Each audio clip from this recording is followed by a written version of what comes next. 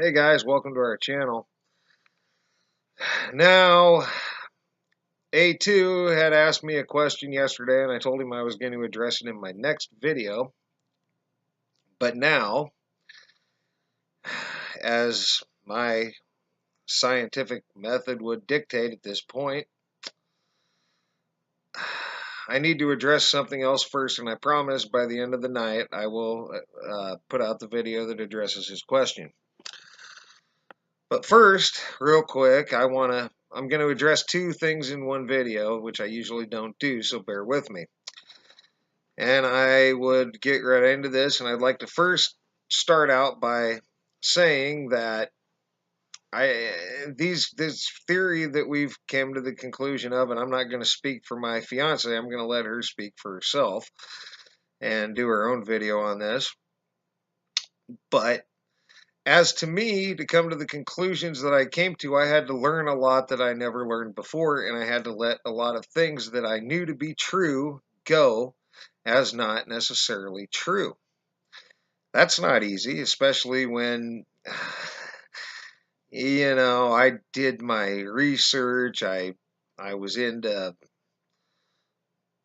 the moon, the stars. I had telescopes, a globe, if I never mentioned it.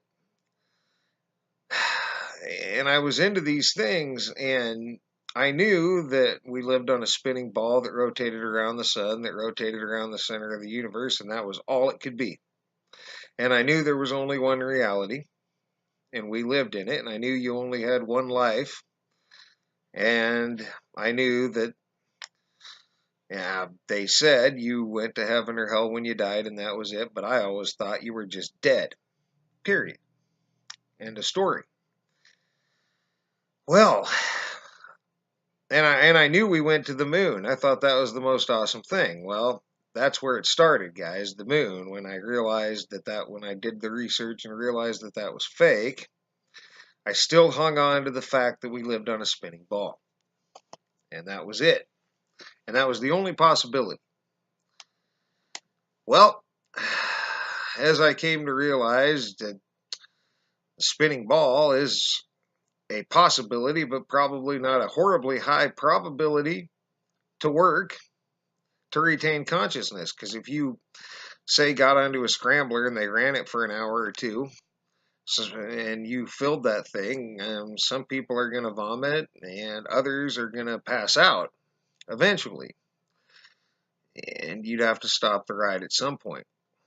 So while there is a possible or a possible outcome, a possible probable outcome where you'd not feel all that, the more probability would be that you wouldn't retain consciousness. So I had to let that go as the only possible theory. And I had to let go the fact that when you were dead, because that's not how quantum particles and energy waves work. And I had to let go of all that and probably even more in order to come to this new conclusion that all this evidence that we've gathered seems to point to, or at least seems to support.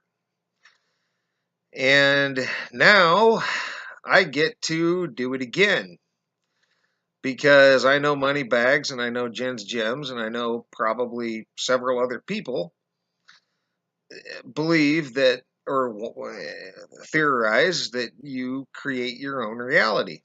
And I'm trying to do science here. I'm trying to do the scientific method I remember, at least as best I can. If I find evidence that doesn't support my theory, I will not discard the evidence. I will keep the evidence and examine it and see what's wrong with my theory, all right?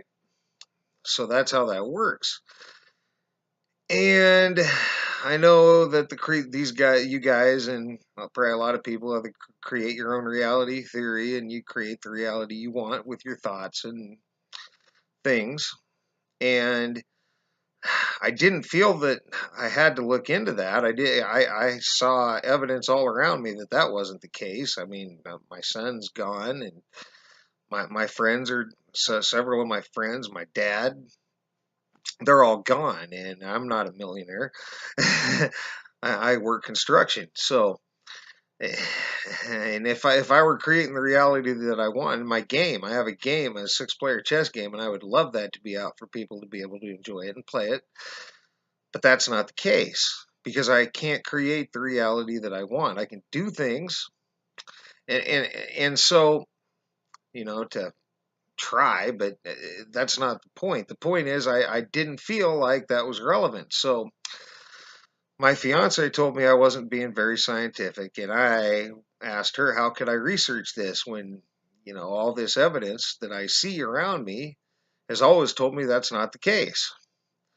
Well, she had me look at this show, The Secret, and she had seen it apparently at some point, and I haven't watched it.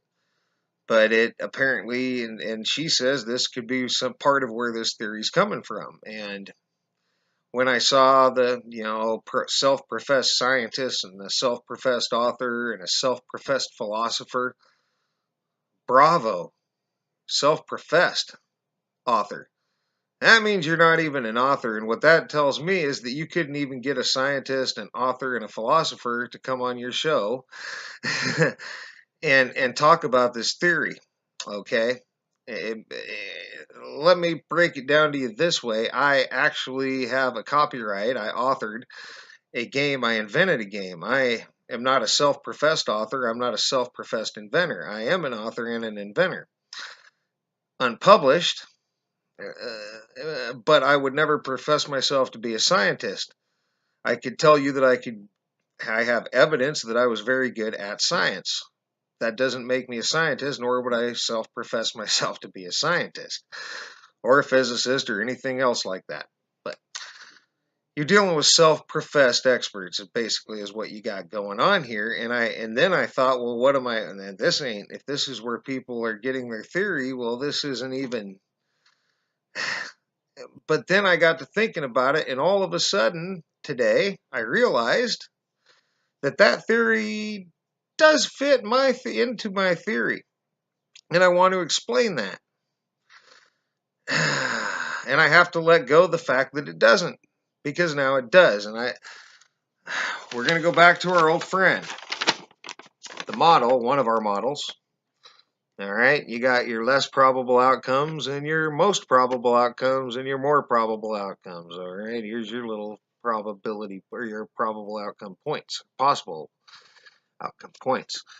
So you, let's say, are here. You are in this, you're like right in here. That's what you see, that's what you can observe, that's the part of the infinite wave you got going.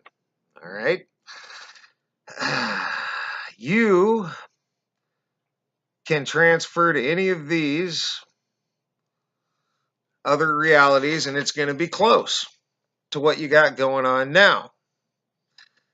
Now, I don't think you can, short of building a device that in theory could be built in order to calculate frequencies and reality points to travel to and be able to move between those places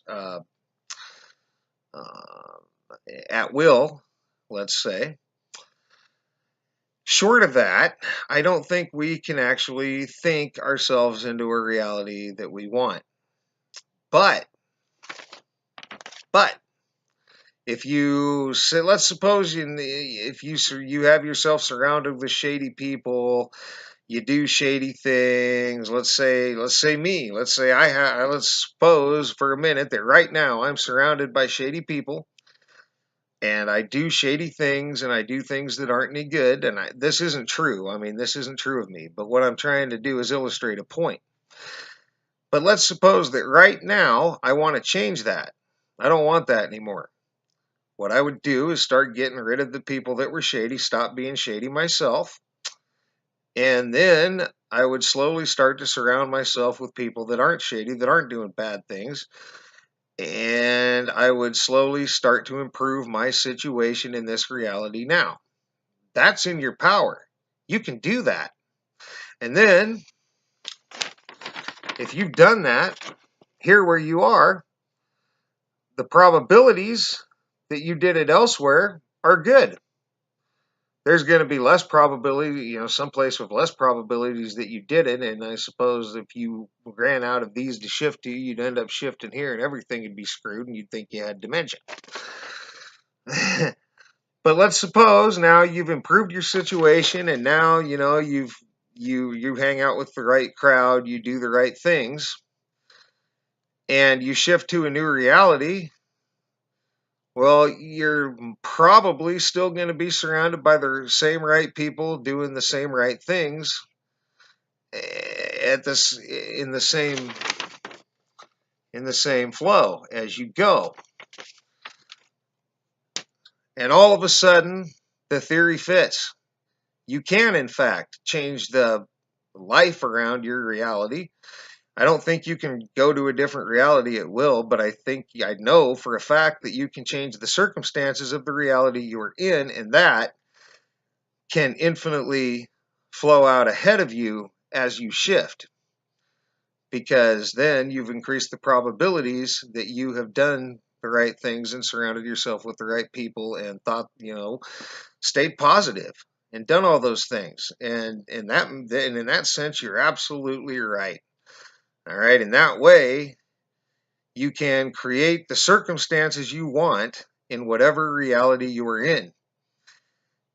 I suppose it's the same thing, but it could be considered the same thing if you wanted to look at it that way, but it isn't, because you're still not controlling where you go. I want to make that clear. You're controlling the circumstances ahead of yourself. You're controlling the circumstances where you are now and making a better probability for the circumstances to be good in the next place you shift. So in that sense, all of a sudden, you guys' theory works right in there. And I wanted to get that out there, and I ran this video long for covering 2 points at once, but I hope people will watch and stay with me. And my next video is going to be talking about the question A2 asked, and answer a few other things about our theory. So for now, thanks guys. Thanks for your subscriptions. Thanks for your thumbs up, thumbs down, and all your comments. Really appreciate those comments. It lets us keep examining these theories and, trying to find evidence to support them, and also trying to find evidence that doesn't support them, so that if we're wrong, we can start over. That's how it works. So that's it for now, guys, and thanks for all that you do, and thanks for watching, and have a great rest of your night, and watch for my next video coming up tonight real soon.